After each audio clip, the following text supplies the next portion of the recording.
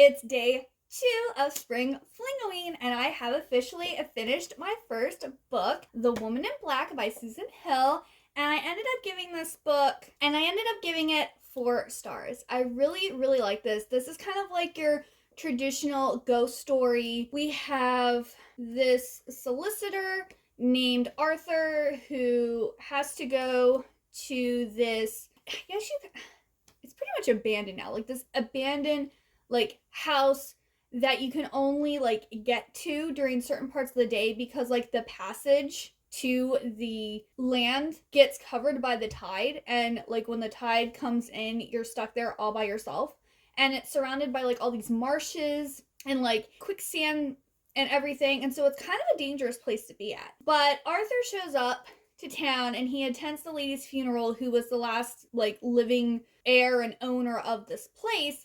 And while at the funeral, he sees this lady dressed all in black with like this mourning veil, but her fashion looks like she's about like 50 or 60 years out of date. Like, she doesn't look like she's wearing current fashion. Then he sees her at the church during the service. Then he sees her again at the graveyard, and like he mentions that he has seen her, and people are like, no, you didn't, there was no one there. Like, they're clearly acting all like agitated. And so he decides to go to this place, and he sees her again there at like the family graveyard that's kind of been taken over by the marshes. And then he has like an experience, like when he sees her at the house.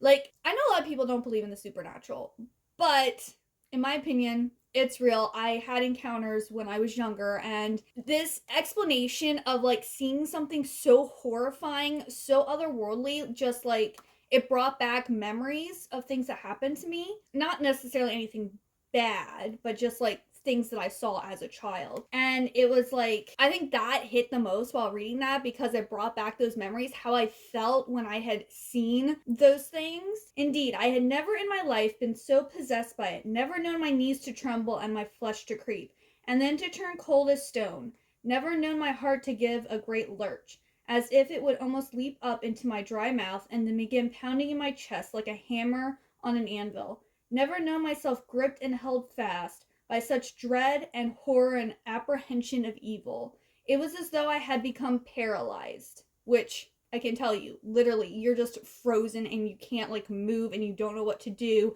and like your heart's pounding and you want to run away but you can't. I could not bear to stand there for fear, but nor had I any strength left in my body to turn and run away, and I was as certain as I had ever been of anything that at any second I would drop dead on that wretched patch of ground. Now, I didn't feel like I was gonna die, but everything else he explained here is very much how I felt when I had seen things as a child. And so then I was just like, it like came like back to me, and it was just not a great feeling, which then kind of made me like look over my shoulder some, even though I know nothing's there, because I haven't luckily had anything bother me since, like, I don't know, I don't want to say bothered me, but I haven't seen anything since probably, I don't know, like 10 or something. I don't know. It still makes you like, I also, because of some experiences that I had, I don't like looking out of windows at night. I saw many scary things looking out my windows at night. And also had dreams about things being in my windows. And I'm still scarred. I will not look out of windows at night, except for car windows, because you kind of have to look out of a car window. But yes, it was really good. And like things keep on happening, and then we kind of figure out who the ghost is and why she's haunting the place. And like the ending. Oh, the ending. That's all I'm gonna say. It was a very sad ending. But like I've watched this movie in the past, and I feel like they changed the movie a lot from the book. The movie was still good, but it was very different from the book, if I remember correctly. So, yes, first book done, and I enjoyed it. And now I'm going to start reading Bunny. I'm showing my Kindle because it's on my Kindle. But yes, I'm super excited to read this because I have heard so many great things about Bunny. Now some people are like, it's really weird and I didn't get it, and other people are like, oh my goodness, it's amazing. It's the best thing ever. So I don't know where I'm gonna fall, but I'm super excited to read it, and I'll probably check in periodically because this book here was only 164 pages, so it's kind of hard to check in for that. But this book is like 300 and something pages, so I might check in every 100 pages. Also depends on when I hit 100 pages, because if it's like late at night, obviously I'm not going to film late at night while my husband's trying to sleep. But yes, and I don't know, I think I'm going to make my fall treat tomorrow. I think I'm going to do that on Friday. That's the plan. Yes, I will do that on Friday. But yes, I will check in later with you today. Alright, so I'm 103 pages into Bunny, and it's very weird. So we have this girl named Samantha Heather Mackey, and she seems to be like almost like a troubled soul, like an outsider, kind of goth, like dresses in goth, and she's in this like master's creative writing type program at Warren University in New England. And she's best friends with this girl named Ava. And there's this group of girls, 4 girls, called the Bunnies. And they also come off as like super girly and kind of airheady. But they also are kind of like, they seem to be very alternative, like into alternative fashion and things too. And Samantha had a seminar class with them like the year before. And it was those 4 girls, the Bunnies, and then her, and she felt very separate from them, and she was making fun of them, and her and Ava would like, basically talk bad about them behind their backs. And Samantha just felt like they were kind of like really fake, and like their stories weren't like deep and they were kind of stupid or whatever. Well, they're at this party for the new year, and all of a sudden the bunnies are like, "Hi Samantha," waving at her, being super nice, and then they invite her to the smut den, and she like knows where it is, but she doesn't know what they do there. And so she ends up going, and it was very strange. They like made a special drink for her, which apparently tasted really gross, but as the day went on, or the night went on, it got better tasting. And they were all doing like these really weird, they were reciting stories, but like making them sexual, or trying to make them sexual. I don't know. It didn't sound sexual to me. It just sounded weird. And then like they tell her she has to go outside and catch a bunny. And she's like looking, and all of a sudden it's sitting in her lap, and then it's gone, and she doesn't remember what happens the rest of the night. Well, then all of a sudden her like best friend Ava like stops talking to her. Like there's no text there. She's not in all her normal places. Like she couldn't find her anywhere, and she's like, this is really weird. Well, she's like, it's okay. I like being alone. That's when I do my best writing. And she's like trying to write, but not really writing anything. And she's almost like confused, and like she seems very confused and lost, and almost like she's losing time. She has this bunny at her window that's staring at her. And bunnies in general have now been staring at her, which is kind of creepy. Like I guess he's kind of like her friends, but he's also kind of like an outsider and doesn't really hang out with a lot of people. He's like, were you talking to the rabbits? Because, I mean, that's cool if you do, but they're really staring at you, like creepy staring at you type of thing. And then she gets invited to the bunny's house again for like this faux prom thing, and there's some weird stuff going on. And that's kind of like where we left it. It's like the next day after this like faux prom that they did. Now all the bunnies are calling her bunny, and they're including her, like they're all sitting around her at the seminar class, and they're like complimenting her work, when before they like said that it was too mean, or like they didn't get it, or, you know, and now all of a sudden they like love her work. And I don't know, it's very strange. It's kind of, I don't know, it's kind of like Heathers and Mean Girls, but make it really weird. Because they're not even like catty. Like there's clearly something going on, but we have no idea what it is. And they're like trying to include Samantha in their group, or at least it seems like they're trying to, but they're not really telling her anything about what they're doing. I mean, maybe they need to trust her more, but you think they would have like scoped her out, like given her hints and things before you like deep dive into whatever it is they're doing. It's written well, I will give it that. It's very fast paced, it's written well, it keeps you engaged, but I'm just like, I'm completely confused right now. So yeah, that's probably all the reading I'm gonna get done today, but I will check in tomorrow on Friday with more updates, and I think I'll probably also be making my fall treat. So I'm excited for that, and I will see you tomorrow. All right, everyone, it is now day 3 of Spring Fling-O-Ween, and I've read another almost 100 pages of my book. I think I'm on page 186 now, and there's like 307 pages. So I'm getting really close. It said I'm 60% of the way through, so I thought I'd be on page 200 by now, but I'm not, but that's okay. Before I talk about what has happened more so in the book, I went to Barnes & Noble earlier today, and I picked up a couple books. They're not Halloween themed, but I still thought I would share them since it's something that happened while I'm filming this vlog. So the first book I picked up was City of Iron and Dust by J.P. Oakes. I never heard of this before. I don't think I've ever heard of this author, but like this does look like a very like gothic cover. It's blurred by John Horner Jacobs, and he said a fantastic book full of wit and sharp humor. I'm gonna read the back of the book because, yet again, I just saw this and read the back of the book and I was like, yes.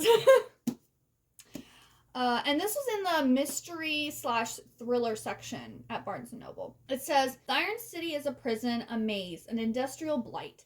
It is the result of a war that saw the goblins grind the Fae beneath their collective boot heels. And tonight it is also a city that churns with life. Tonight a young Fae is trying to make his fortune one drug deal at a time.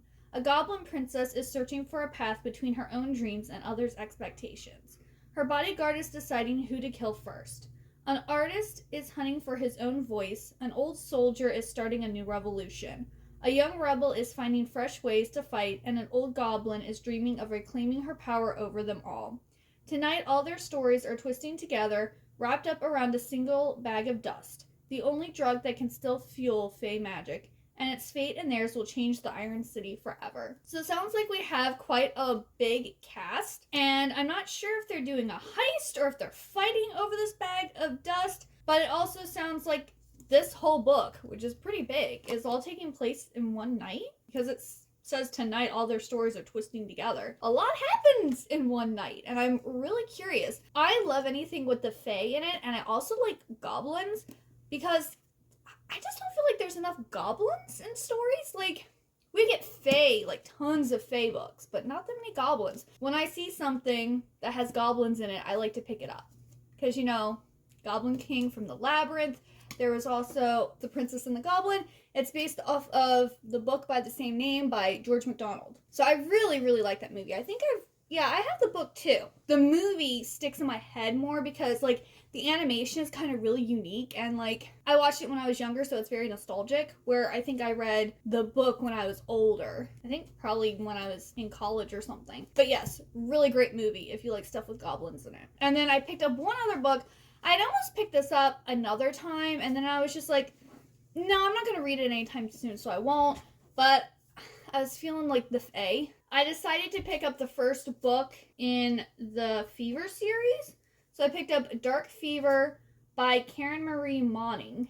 And this is also a Fae story. It says, when Michaela's sister is murdered, she leaves a single clue to her death, a cryptic message on Mac's cell phone. Journeying to Ireland in a search of answers, Mac is soon faced with an even greater challenge. Staying alive long enough to master a power she had no idea she possessed, a gift that allows her to see beyond the world of man into the dangerous realm of Fae. As Mac dives deeper into the mystery of her sister's death, her every move is shadowed by the dark, mysterious Jericho, while at the same time the ruthless Villain, an immortal Fae who makes sex an addiction for human women, closes in on her. As the boundary between worlds begins to crumble, Mac's true mission becomes clear. Find the elusive Sinsar Dub before someone else claims the all-powerful Dark Book, because whoever gets to it first holds nothing less than complete control of both worlds in their hands. So this is kind of like a smutty, like Fae, I'm guessing like fantasy romance type of thing. But it's probably more like urban fantasy. And Charlene Harris, who wrote the Sticky Stock House series, actually blurbed this. Give yourself a treat and read outside the box. And I think this series has like 11 books in it, so it's kind of a big series, and that's another reason I was kind of like holding off from buying it, because I'm like, it's gonna be like a big commitment, but like, I kind of want a smutty Fae book. So, and I mean, an immortal Fae who makes sex an addiction for human women, that sounds like this is gonna be pretty smutty. Especially since he's trying to close in on her. That just sounds like fun. So yeah, I'm looking forward to reading this. Well, both of these both sound really good. And then to talk more about Bunny. So like I said, I'm on page 186, and it's still really weird. So Samantha has now kind of like joined their group, and they've become like this collective being. Like, they're individuals, but when they're thinking and doing things, it's almost as if they're one person, and they like refer to themselves as we instead of I. And they're doing these workshops in one of the girls' attics. It gets kind of confused about who's who, because and I think that's part of the point, like they're supposed to meld into one person and confuse you about who's who. Like, I think that's the point of the book. So I don't remember exactly whose attic it is. And, I think it's Kira's attic, because she was complaining about why they always had to do it in her attic. I don't want to spoil and tell you what they're doing, but they're essentially doing experiments. And I find this interesting because they're supposed to be like creative writers, but their experiments don't have to do with writing. It has to do like with imagination and their desires, and I don't know, maybe it's like a physical representation of, because a lot of people who are artists, they are very like creative, they desire things, they've had a rough life, or they've had lots of experiences, and they can draw on that to like write their works. It's also weird because like the original four bunnies seem to hate Samantha, but also are like jealous of her, and they think because of her, because the first 4 bunnies are very like kind of rich, very privileged girls, where Samantha comes from a family where her mom died and her dad, I guess, kind of does shady business, and like right now he's like on the run from like solicitors or creditors or something like that, so she doesn't get to see him. She doesn't have anywhere to go home during the holidays, when the semester's off. She's kind of all by herself. It's definitely making Samantha to be like an outsider, to be a loner, to be like, the bunnies make comments about her thinking that she's better, or that she's too good to hang out with them. But then at the same time, they're like, oh, all of your experiences, it will make you do better, you'll come up with greater things, you really like your stories. So they're very like contradictory about like how they feel about Samantha. But then Samantha's also being contradictory about them, because she'll be like, oh, I hate them, make all these nice comments, and then she's like, oh, yes, and just agreeing with them, as almost like she can't help it. It's a very weird story. Yeah, I am enjoying it. It's well written, and it flows really, quickly, and like I'm reading it very quickly. But it's just, I don't know, maybe it'll make more sense as I go, or maybe it'll just get even crazier. I don't know. Like, I don't even know where the girls got the idea for these experiments that they're doing. Like, how did this all come about? Like, maybe we'll find out later, but I'm just like, okay, so we know what they're doing now, but like, how did they get to this point? And like, did all 4 original girls just originally were bunny? Or did like they slowly like add one person at a time? And did they all originally hate each other? Like they hate Samantha, but they're trying to like integrate her into their group? I don't know. It's just very confusing, and I'm trying to figure out exactly what the book is trying to say, because it's trying to say something. And I'm guessing it has to do something with like creativity and individualism and stuff like that. My plan is to make some pumpkin bread or muffins or something tonight. I have like a mix to make, so I'll probably check in when I decide to go ahead and make that for my fall treat. So yeah, I will check in soon. Hi everyone! It is sadly the last day of Spring Fling-O-Ween, and on Friday I didn't actually have time to make my pumpkin bread, so I'm actually going to do that today. So I'm going to be making this pumpkin muffin and bread that has almond flour, and it's by Simple Mills, and it's gluten-free and vegan, and so it's all allergen friendly and stuff. So I'm gonna go ahead and make this.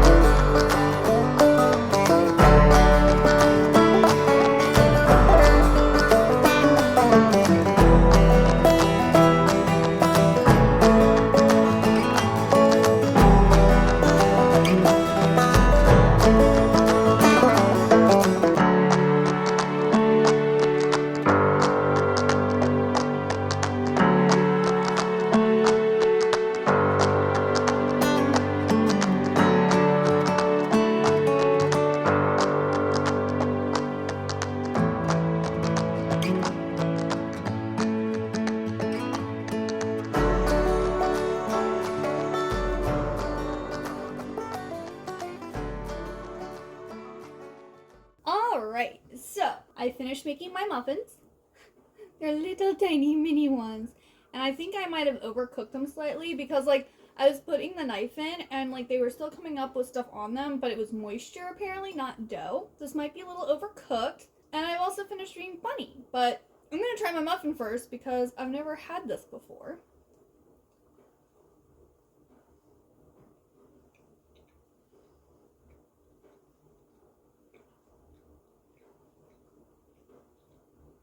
It's very moist. So, it is tasty. I overcooked the edges slightly, so it has a slight burnt aftertaste. And it tastes like it needs more, like, pumpkin spice. Like, I think if I ever get this again, I'm gonna have to, like, drizzle in some pumpkin spice seasoning because, like, I like more spice in my, like, pumpkin stuff, but it is still really good.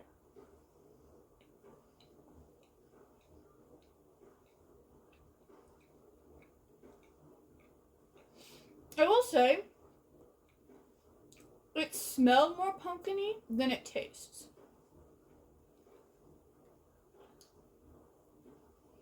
So I feel like this is a good starter base, but it needs to have stuff added to it to make it really good. And this is vegan and gluten-free.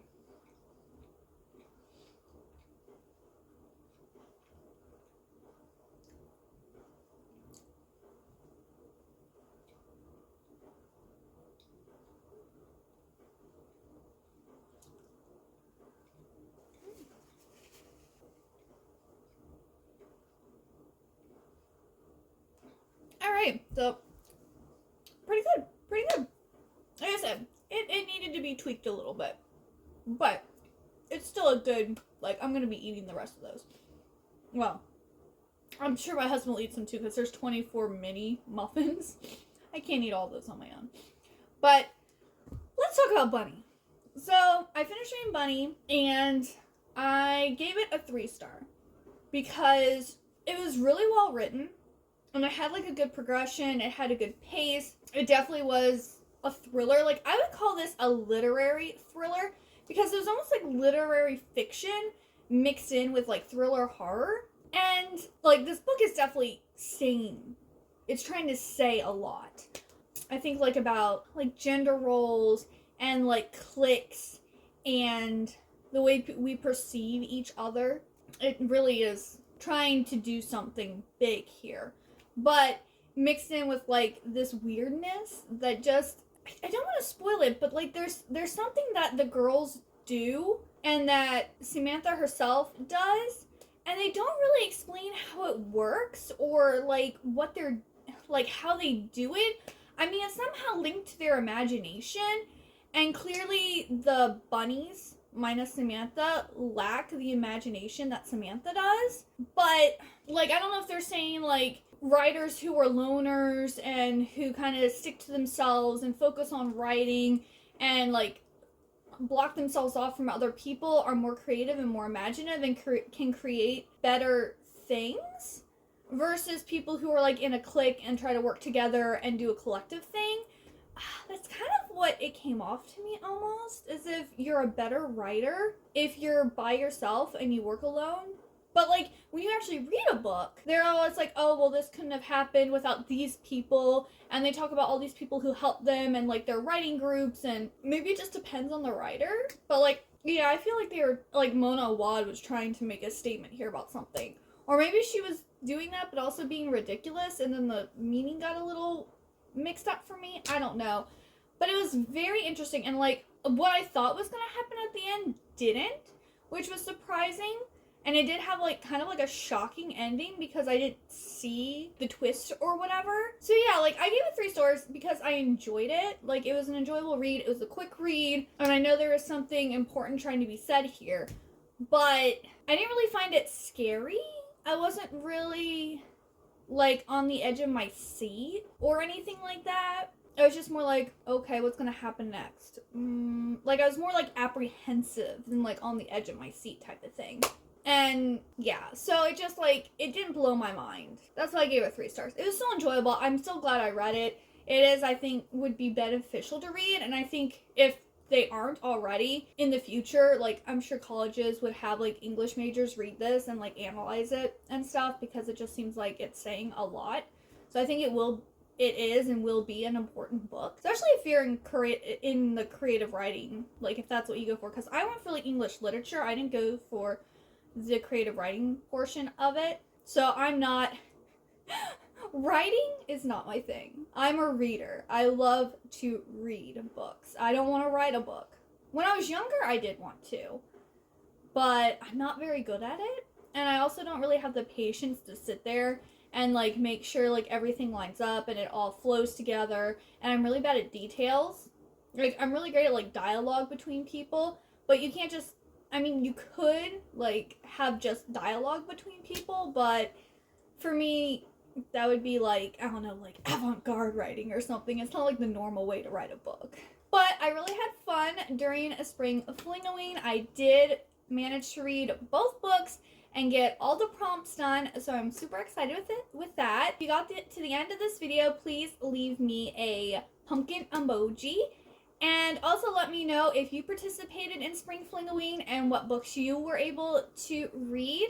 And if you plan on participating next year, because I know I am. I think Olivia Reads Latte also does Summerween, so I'm definitely going to be participating in that. And if I remember correctly, she did something in winter, like Winterween, I think. So I'm going to be participating in any of the like readathons that she does, because they're always really fun. And I also like making vlogs for that, you know, for the week or weekend that it happens. So yes, thank you so much for watching, and I hope to see you next time. Bye-bye!